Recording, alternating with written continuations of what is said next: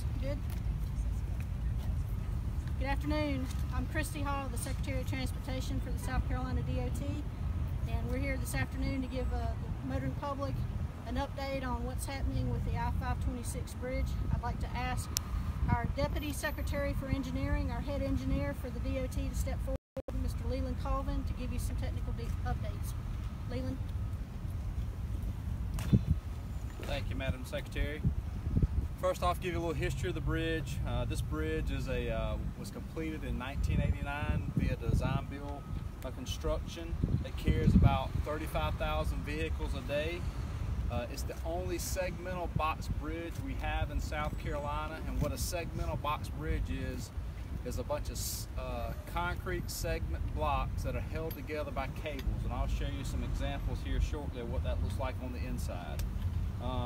In October of 2016, we had a cable that was damaged in the same location. We actually came out, did a repair plan. We closed the truck climbing lane as a result of that damaged cable back in October 2016. And in addition, we implemented a very rigorous inspection and testing program as a result of that damaged cable that was found. That rigorous inspection and testing program includes a weekly site review on the internal, both eastbound and westbound bridges. And this morning, during that weekly site review, a snap cable was discovered.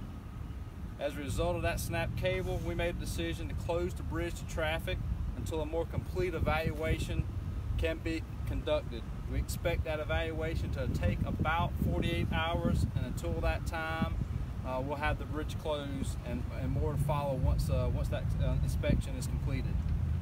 In the meantime, we have two detours that are signed in place.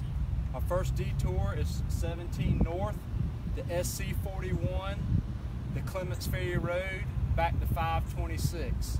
The second detour is 17 South, across the Ravenel Bridge, out to I-26 westbound as well.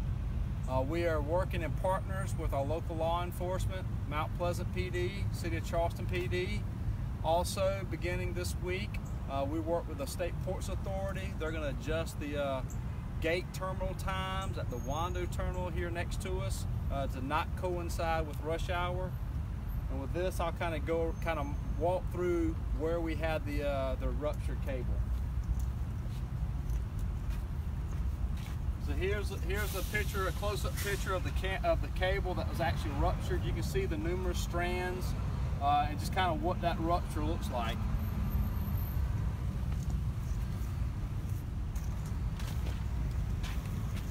And this is the inside of one of those concrete segmental blocks. You can see there's numerous cables that run through the block, these segmental blocks that holds them together. There's actually 92 cables, not strands, cables themselves. And you can see this strand here, this cable here is the one that ruptured or broke, and this is the one that we're concerned about. And with that, I'm going to turn it over to Mayor Haney and talk a little bit more about traffic control. Mr. Mayor. Thank you. Thank you very much. I'm Will Haney, Mayor of the town of Mount Pleasant. I want to thank Secretary Hall for getting down here and helping us, and for her quick response for her call today, almost immediately after this was discovered. I want to tell everybody this is a town-wide effort, and this calls for a town-wide response. It will not just affect traffic in this area of Mount Pleasant, it will affect traffic all over Mount Pleasant. And we have our police, our fire, and our emergency management division all coordinating to help us do this. Although the cause is different, it is not unlike our response to a bridge closing due to weather. We've done this before, and we know how to handle it, but we are still going to need everybody's patience. It's going to affect school bus times, and we're coordinating with the City of Charleston on that. We're coordinating with DOT, with the ports, with the City of Charleston, who is also here today, and with the schools. In a moment, I'm going to turn it over to our Chief of Police, Chief Ritchie. Right now, this is a traffic situation, so the police has the lead on this. And I just want to remind everybody, this affects all of us. There's nobody in Mount Pleasant who's going to not be affected by this. And so it affects us all, and so we all must respond in the best way that we can. This is the time for us to be courteous, the time for us to be patient, and the time for us to show the best of what Mount Pleasant people really are. So I think we will respond in that way, and I'm looking forward to the people in Mount Pleasant handling this with a lot of grace and a lot of patience, and we know that the good folks from DOT are going to get this fixed as quickly as they can. With that, I'll turn it over to our Police Chief, Carl Ritchie. Thank you, Mayor. I am Carl Ritchie. I'm the Police Chief for Town of Mount Pleasant. Obviously, when we got this reported to us from DOT, we began working with them immediately to help get the traffic control points in place and get the traffic deterred away from the affected area. Since then, my staff has been working to bring on extra officers tomorrow, and throughout this whole event. So our folks will see more officers working different areas of the town, especially our main arteries like Highway 41, Long Point, Houston Northcutt 17. Our intention is to keep it flowing as best we can. If we have to override lights, we will, to keep traffic moving. I've also contacted all of our towing companies that are over in the town. I've actually got them placed in 3 different sections of the town during rush hour specifically, but throughout the day. So as you know, if we get a fender bender or any kind of wrecks, they can really mess things up. So our intent is to have those trucks there immediately, as long as patient care has been handled, to remove cars and get roads open as quickly as possible. We've also coordinated with our fire department, made them aware of the issues so they can make any adjustments they need to do with their fire equipment to ensure they can have the proper response.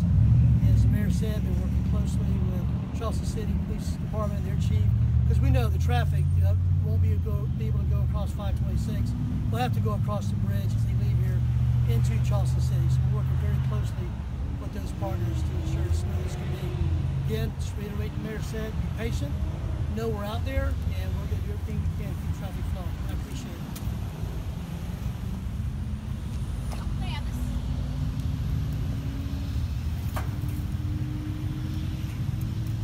Again, we just want to thank everybody locally that's assisting us with traffic control.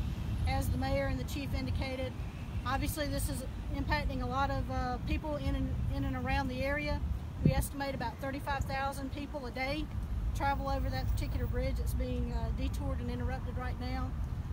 We'll have another update in about 48 hours based on our assessment, and at this time we'll be more than happy to take a few questions. You said that it could be closed for 48 hours. Is it possible that it could be closed for longer? I'll ask our head engineer to step forward and talk about that. It is. We'll have a better time frame on what we may have to do as once we get that assessment done in about 48 hours. There is a possibility it could be closed longer. What causes a cable to snap like that? That's what we're looking at. That's part of that investigation that we're doing. As I talked back in October 2016, we did a very rigorous inspection program. We've looked at both the eastbound and westbound bridges.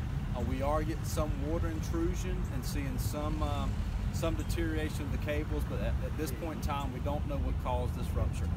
And is it inspected weekly, did you say?